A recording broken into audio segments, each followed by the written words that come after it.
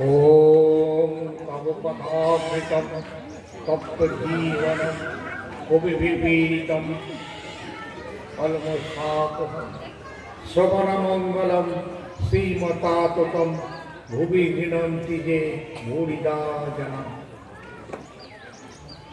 श्रीरामकृष्ण कथामृत यदि आमरा पाठ करी तखन देखा जाच्छे যে মাস্টারমশাই যিনি ঠাকুরের কথাগুলোকে লিপিবদ্ধ করেছেন, লিপিবদ্ধ করবার পূর্বে তিনি ভগবতের এই শ্লোকটি স্মরণ করেছেন। এইখানে তব কথামৃত, এই অমৃত কথা, এই যেন অমৃত,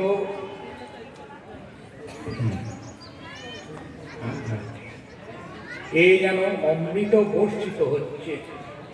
ঠাকুরের কথার মধ্যে অমৃত বর্ষ, ওই কথা থেকে কি হচ্ছে সেটা আমরা দেখতে পাবো।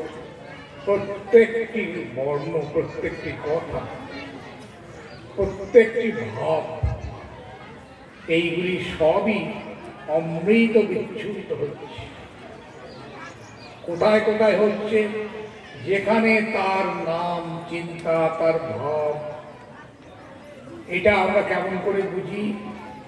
একটু আগে স্বামী ত্যাগরকান্তজি মহারাজ, এছাড়া আশ্রম যে কমিটির যে সেক্রেটারি, প্রেসিডেন্ট, আশ্রম কমিটির প্রেসিডেন্ট এবং রামেশ্বর বাবু এবং অন্যতম বক্তা, যিনি এখানকার সম্পর্কে বিস্তৃত ইতিহাস বর্ণনা করলেন। এবং আপনারা যারা এখানে উপস্থিত আছেন, যারা এটির সঙ্গে কতবার আসা যাওয়া, কত কথাবার্তা, কত কাজকর্মতে যুক্ত, সকলেরই মনে হচ্ছে যে ঠাকুর শ্রীরামকৃষ্ণের যে ভাব, এটি কিভাবে বর্ধিত হচ্ছে, লালিত পালিত হচ্ছে, আমাদের মনের মধ্যে বিকশিত হচ্ছে। তার প্রমাণ আমরা নিজেদের চোখে কতটা দেখতে পাই, বুঝতে পাই জানি না, কিন্তু আমাদের ভেতর প্রেরণা যোগাচ্ছে। এই অমৃতি যেটা শুরু হয়েছিল কত দিন হয়ে গেল। এখানকার যে সেক্রেটারি ছিলেন স্বামী পরশুরামজি মহারাজ, এবং তার পরবর্তীকালে যারা এসেছেন, এবং যে সমস্ত স্কুলের শিক্ষক শিক্ষিকা, ছাত্র ছাত্রী যারা এই বিদ্যালয়ে ছিল, পরবর্তীকালে তারা জীবনে ব্রতী হয়ে একটা উন্নত জীবন ধারার প্রকাশ তাদের মধ্যে হয়েছে। এই রামকৃষ্ণ বিবেকানন্দের ভাবধারা, এর বীজ যেন সেই ছাত্রাবস্থা থেকে এখানে সেটি তারা পেয়েছেন। তো আমাদের এই যে এমন পবিত্র জায়গা আমরা বুঝতে পারি না, এই যেন বৈদিক যুগে মুনি ঋষিদের আশ্রম। এখানে সমস্ত যারা আসবে ঋষিদের কাছে, ঋষিপুত্রদের কাছে, তারা নিজেদের জীবনকে কীভাবে তৈরি করতে হবে, যা উপনিষদে আমরা দেখতে পাচ্ছি যে সত্যং বদ ধর্মং চর, এই কথাগুলি বলা হচ্ছে সূচনাতে। কুশালান্ন প্রমোদিতব্য, এইগুলিকে ভুলবে না, কখনো ভুলবে না, এই কথা বলা হয়েছে। আমাদের এই যে ছাত্রাবস্থায়, বাল্যকালে এই কথাগুলো মনের মধ্যে ঢুকে যাচ্ছে। এরা যখন বড় হবে তখন অন্য অন্য যত মানুষ আছে তাদের সংস্পর্শে এসে তারা এই যে ভাব, এইটি যে আবৃত্তি করছে, এটির মধ্যে তার মনের মধ্যে এত দৃঢ় প্রভাব, এই বৈদিক সংস্কৃতি যেটি ভগবান শ্রীরামকৃষ্ণের মধ্যে, তাকে আমরা বলি যে তিনি হচ্ছেন বেদমুক্তি শ্রীরামকৃষ্ণ। অর্থাৎ আমাদের ভারতীয় শাস্ত্র এবং ধর্মজীবন এবং সাহিত্য, এর মধ্যে সর্বোচ্চ প্রকাশ একজন কোনো মহাপুরুষ আসেন, যাকে দেখে আমরা বুঝতে পারি আমাদের সভ্যতা কী, আমাদের সংস্কৃতি কী, আমরা কার ধারক এবং বাহক। আমাদের সেই সনাতন সংস্কৃতি, সেই গীতা উপনিষদ, এই সমস্ত যে কিছু রয়েছে সত্য, তার নির্যাস করে এই শ্রীরামকৃষ্ণের জীবন। সেই জন্য একটা প্রদীপ থেকে যেমন সহস্র প্রদীপ জ্বলে ওঠে, সেই রকম শ্রীরামকৃষ্ণের এই ভাব, যা আমরা দেখছি যে বহু দূর দূর দেশের মানুষের মধ্যে একটু একটু করে স্পর্শ করছে। যারা জানতো না, যারা বুঝতো না, যারা এর অর্থ তাদের কাছে বোধগম্য হয়নি, তারা দেখছে যে ঠাকুরের যে মহাভাব, এইটি জগন্মাতা কালী তাকে বলেছিলেন। জিজ্ঞাসা করেছেন পূর্ণরূপে উপলব্ধি, সমস্ত কিছু তার করায়ত্ত, অধ্যাত্ম শাস্ত্রে যা কিছু রয়েছে সম্পদ, মা আমি এখন কি নিয়ে থাকবো? জগন্মাতাকে জিজ্ঞেস করলেন, তুমি এখন ভাবমুখে থাকো। এই ভাবমুখে থাকার অর্থ কি? তুমি তো কথা কম বলো, দু চারটি কথা, দু চারজন এসে প্রশ্ন জিজ্ঞাসা করছে, দু চারটি মানুষ, কিন্তু তোমার ভেতরে যে ভাব রয়েছে, এই ভাব যারা আসছে তারা তো গ্রহণ করছে, আরো দূরে দূরে দূরে দূরের মানুষের মধ্যে তোমার ভাব ধীরে ধীরে ধীরে ধীরে মানুষের মধ্যে কৌতূহলকে জাগ্রত করছে। এই যে সমস্ত বিশ্ব সংস্কৃতি এরা খুঁজে বেড়াচ্ছে এমন একজন মানুষ, যিনি বলেছেন আমি সত্যকে জেনেছি, সত্যকে দেখেছি, সত্যকে মর্মে মর্মে অনুভব করেছি। তোমরা চাও তোমাদের দেখাতে পারি, তোমাদের জানাতে পারি। আর দেখো অন্য যা কিছু তোমরা শিখছো, শুনছো, বুঝছো, সেগুলি ওপরের শ্রেষ্ঠতম যে জ্ঞান, সেই জ্ঞান আমাদের মুনি ঋষিদের উপলব্ধি হয়েছিল। বলছেন সেই জ্ঞান লাভ করলে সুখ দুঃখের পরপারে যাওয়া যায়, এই কথা বলেছে। আমরা এগুলো পড়েছি, কিতাবে পড়েছি, কিন্তু একজন মানুষ তার নিজের ভেতরে এই উপলব্ধি যখন হয় এবং তার মধ্যে দিয়ে সেই শক্তি মহামায়া জগন্মাতা কালী তাকে দিয়ে সেটি মানুষকে জানা যায়। এই যে আছে যস্মিন স্থিত ন দুঃখের গুরুনাভি বিচার, তো এই জন্যে এই যে ঠাকুরের আশীর্বাদ এবং কৃপা। একটু আগে গান শুনলাম, চিন্তায় মম মানস চিৎ ঘন নিরঞ্জন।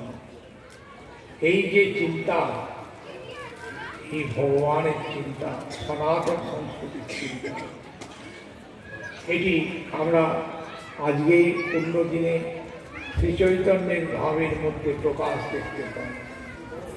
শ্রীরামকৃষ্ণ এসেছেন, মনে হচ্ছে যে ভগবান নিজে যখনই দেশের সমাজের জাতির প্রয়োজন হয় তিনি আসেন, শুধু আসা নয়, আমাদেরকে জাগিয়ে দেন। এই জন্য আমরা যা কিছু প্রচেষ্টা করি কেন, যেখানে যা করছি তার মূলে কে রয়েছে?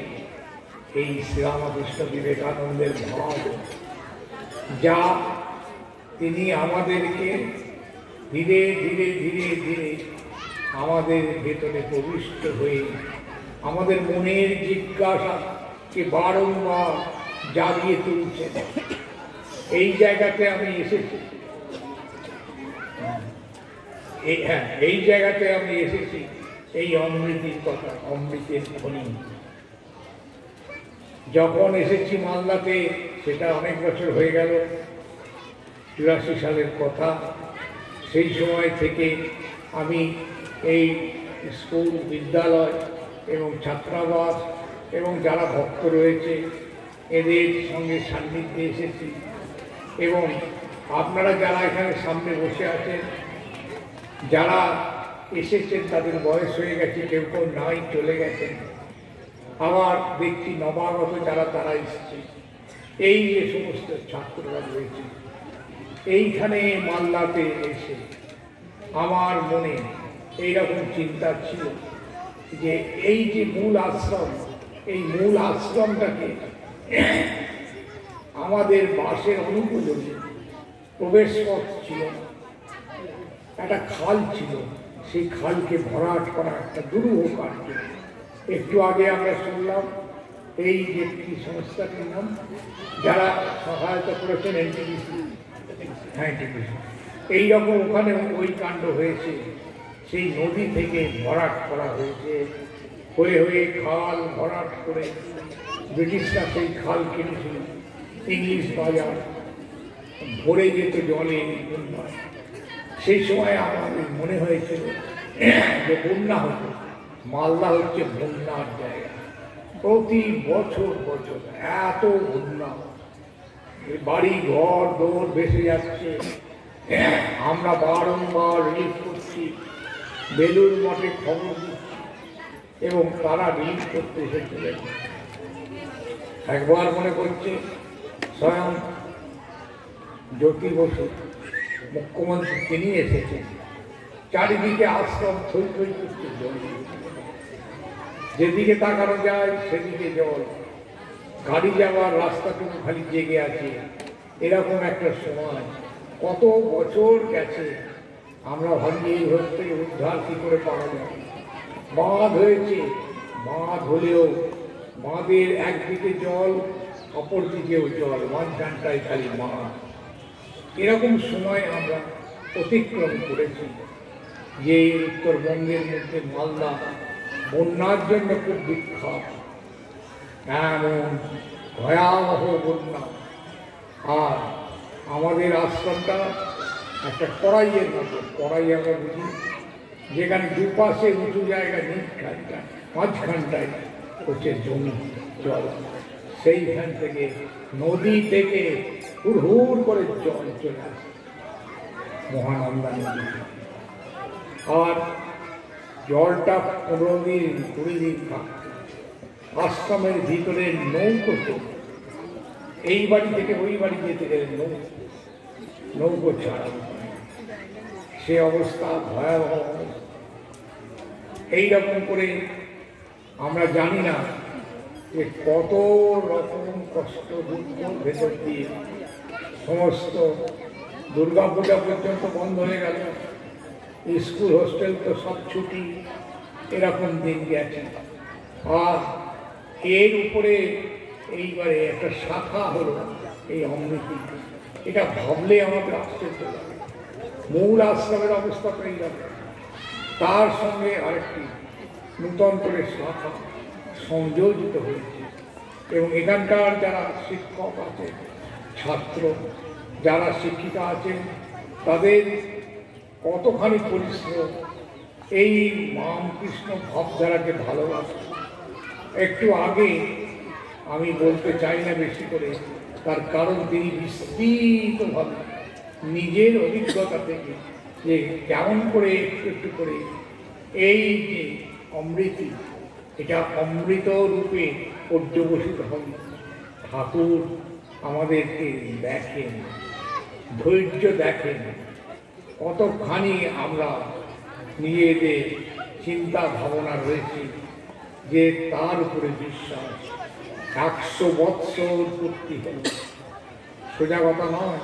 রামকৃষ্ণ মঠ মিশনে 125 বছর, আর এই আশ্রমে মালদা তার শাখা, এটি হয়ে গেল 100 বছর। আমরা দেখলে আশ্চর্য হয়ে যাই, 100 বছর কল্পনাই করতে পারি না। যে কত কাণ্ড হয়ে যেতে পারে। এরই মধ্যে একটু একটু একটু করে আশ্রয়ের শ্রীবৃদ্ধি হচ্ছে, মানুষের মধ্যে ইচ্ছা হয়েছে এই শিক্ষা, এই যে ধর্ম, এই যে সমস্ত উন্নততর সভ্যতার বিস্তার, সেটি রামকৃষ্ণ বিবেকানন্দের ভাবকে কেন্দ্র করে সাধারণ মানুষকে স্পর্শ করে। এটি হতে চলেছিল এবং আমরা এখানে তার সাক্ষী। আর আমরা কতটুকু বুঝি, কতটুকু জানি, ঠাকুর আমাদের হাত ধরে চালাচ্ছে। স্বামী বিবেকানন্দের বাণী, জগন্মাতা সারদা দেবীর আশীর্বাদ, এই আমাদের কাছে একমাত্র অবলম্বন। আমাদের নিজেদের শক্তি, তার কৃপা আমরা যে দেখছি এই যে এত সুন্দর সুচারুভাবে সুসংগঠিত আরও ভবিষ্যতে যে কর্ম, সেই সম্পর্কে মহারাজ আমাকে কিছু কিছু বলেছেন। একটু একটু করে তিলে তিলে এটা এমন একটি সুন্দর আশ্রম হবে।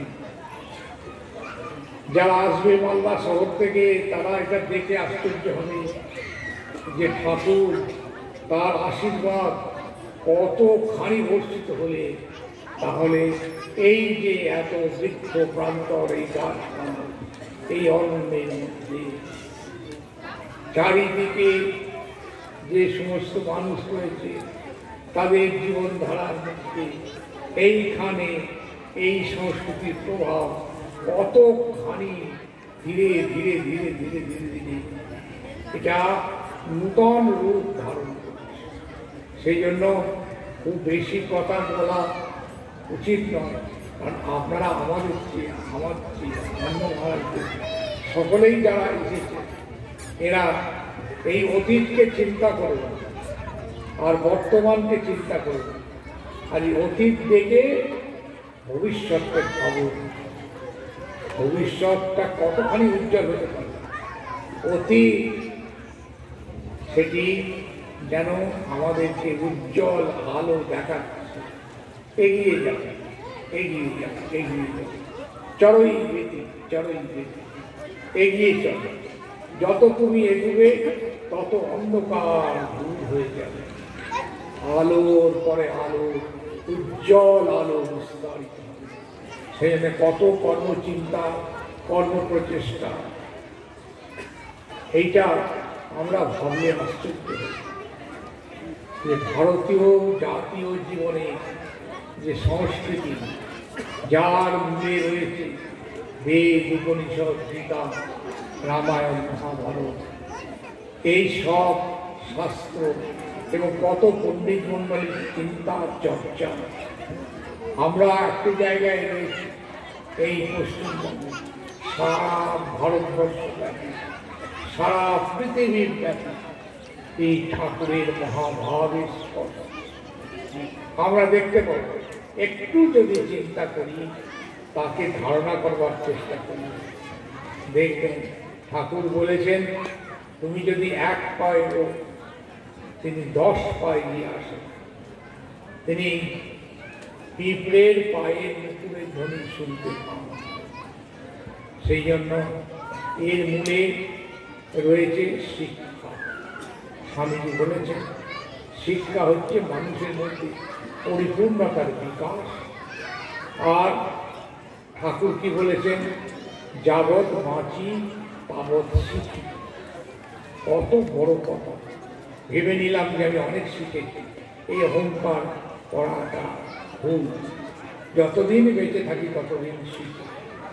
তাহলে আমাদের এখনো আমরাই ছাত্র, আমরা শিখব।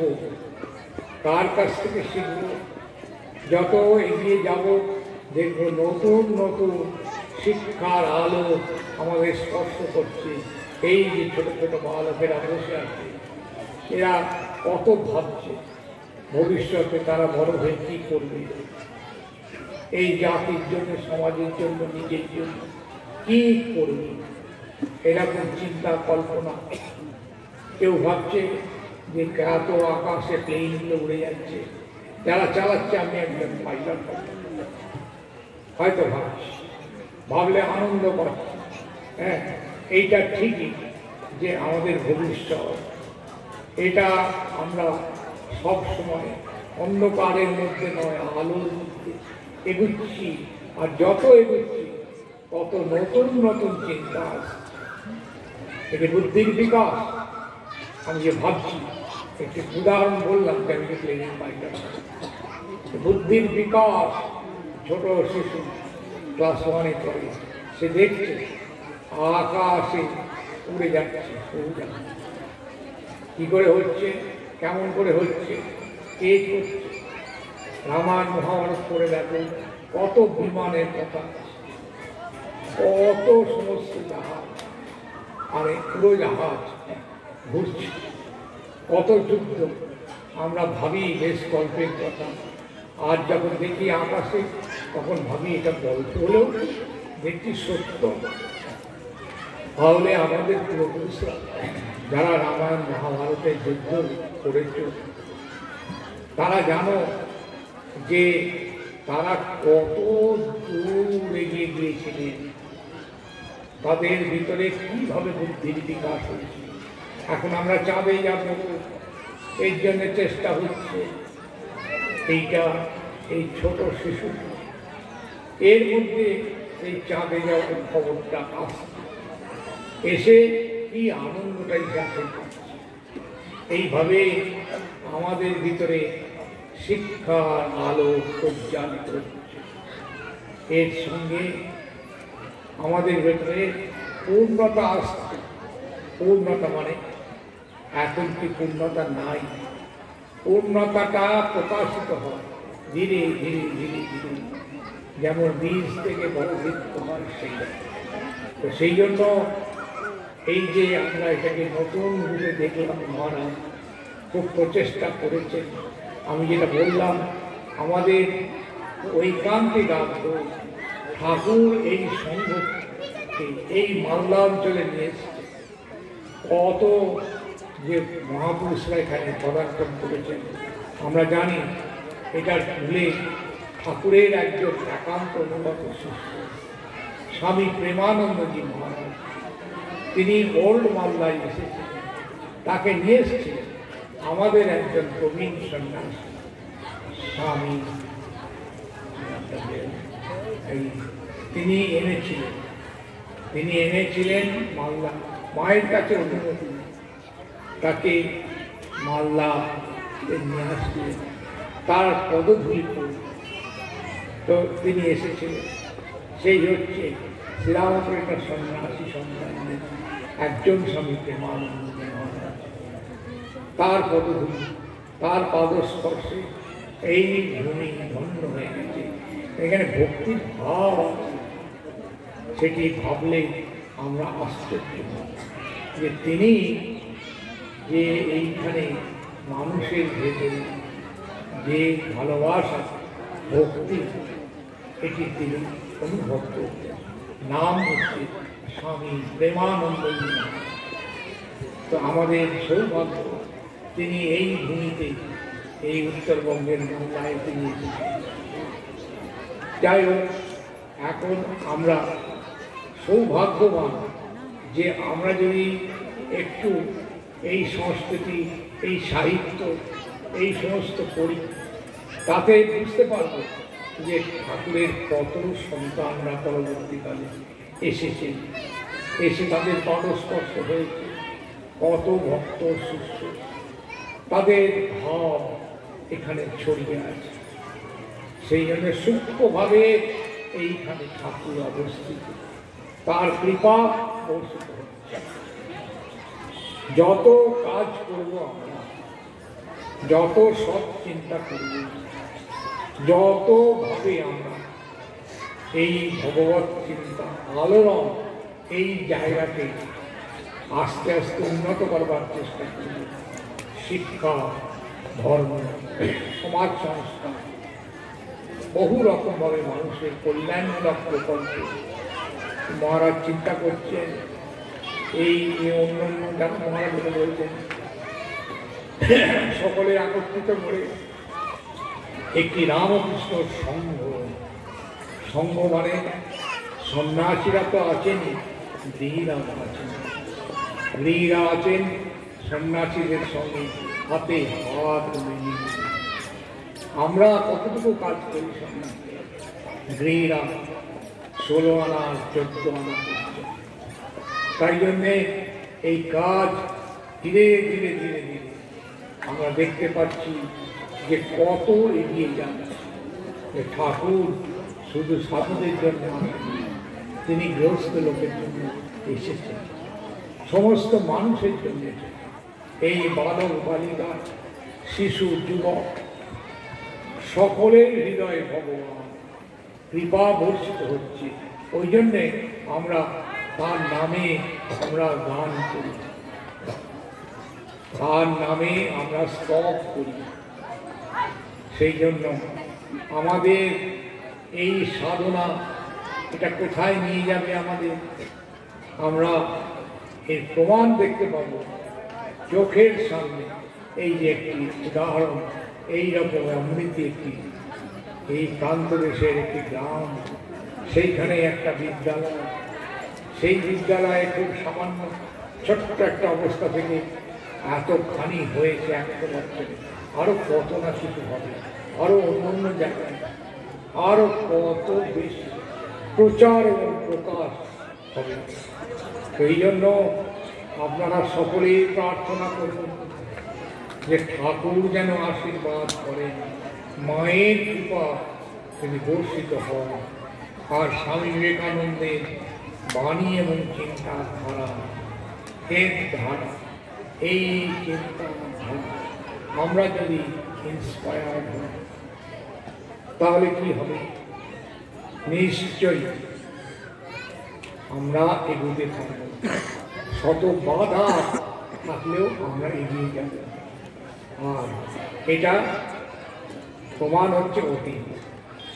এখন বর্তমান এটি দেখতে পাচ্ছি, ভবিষ্যতে অতীতের এই যে শক্তি, এই শক্তি আর বর্তমানে এই মহাশক্তি, এই মহাশক্তির লীলা হচ্ছে সমস্ত জগৎব্যাপী।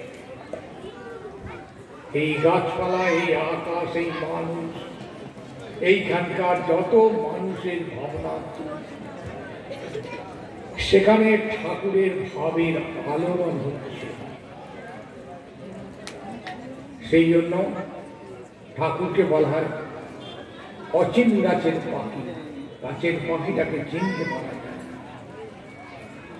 তিনি সেই পাখিটার ধর্ম, সে গাছে উঠে বসে যা তার কাজ সে করে যাচ্ছে, আমরা তাকে চেনবার জন্য চেষ্টা করছি। তিনি আমাদেরকে ধরা না দিলেও তিনি কৃপা করেন বলে আমরা একটু একটু করে এগিয়ে। সেই জন্য ভাবিলে ভাবের উদয় হয়, সব একটা মস্ত বড় জিনিস। কালীপদ সুতা হবে চিত্ত যদি ভগবানের নামে, তার পাদপদ্মে যদি চিত্ত থাকে তাহলে কি হবে? ভাব যখন হবে, ভাবে না লবতে সরকার, ভাবের দ্বারা তাকে লাভ করা যায়। শুষ্কভাবে আমরা বুঝতে পারছি না, কিন্তু ভাবটি এত গভীর থেকে গভীরতর হয়। গ্রন্থ পাঠ করছি, তার নাম করছি, তাকে চিন্তা করছি, এই সমস্ত যে করছি, এর দ্বারা কি হচ্ছে আমাদের মধ্যে সেই ভাব গভীর থেকে গভীরতর ভাবে সঞ্চার হচ্ছে। আজকে ঠাকুর, মা, স্বামীজি, অন্য অন্য যারা এসেছেন ঠাকুরের সন্তানরা, এবং আমাদের এই পুরাতন সংস্কৃতি, বেদ, উপনিষদ, ভাগবত, ভারতবর্ষের জাতীয় জীবনে স্বামীজি বলছেন যে ধর্ম এটি হচ্ছে ভারতীয় জাতীয় জীবনে মেরুদণ্ড। Religion is the backbone of the nation, মূল এই মেরুদণ্ড। এবং তার সঙ্গে সঙ্গে বলছেন যে সেই দিকে নজর দাও, ধর্ম বিস্তার দিকে নজর। ধর্ম বিস্তার এই শব্দের অর্থ কোনো সাম্প্রদায়িকতা নয়, কোনো ভেদ বুদ্ধি নয়, ধর্মের বিস্তার মানে হচ্ছে মানুষের ভিতরে যে সত্য রয়েছে সেই সত্যকে প্রকাশ করার জন্য সর্বতভাবে প্রচেষ্টা। দেখতে পাবো সমস্ত মানব জাতি আমাদের শিক্ষাকে গ্রহণ করছে কি করছে না, হয়তো সময় লাগে। এই যে ছোট ছোট যে আধার, এই অমৃতি বহন করা, এই সমস্ত জায়গা থেকে এই স্ফুলিঙ্গ একটু একটু করে রূপ ধারণ করে। সেই জন্য আমরা দেখতে পাবো যে কত উজ্জ্বল নক্ষত্র আকাশে লক্ষ লক্ষ কোটি কোটি নক্ষত্র বনবার মতো আমাদের সাথে চিকচিক চিকচিক করে জ্বলছে। এই দ্বারা আমরা কি বুঝব? এইরকম শ্রীরামকৃষ্ণ তার যে ভাব, এ আমাদের মনোরাজ্যে মনো আকাশে সেখানে সব সময় ব্যাপৃত আছে এবং যত দেখব তার উজ্জ্বল থেকে উজ্জ্বলতর যে রূপকে আমরা চিনতে পারবো, বুঝতে পারবো ওই ঠাকুর আছেন বলেই এই জন্য তার উপরে নির্ভরশীল, তার উপরে আপনাদের সকলের জন্য কল্যাণ প্রার্থনা করি। ঐকান্তিকভাবে তাকে চরণে নতমস্তক করি। আমি এই নাম জানাই তিনি যেন আমাদের কৃপা।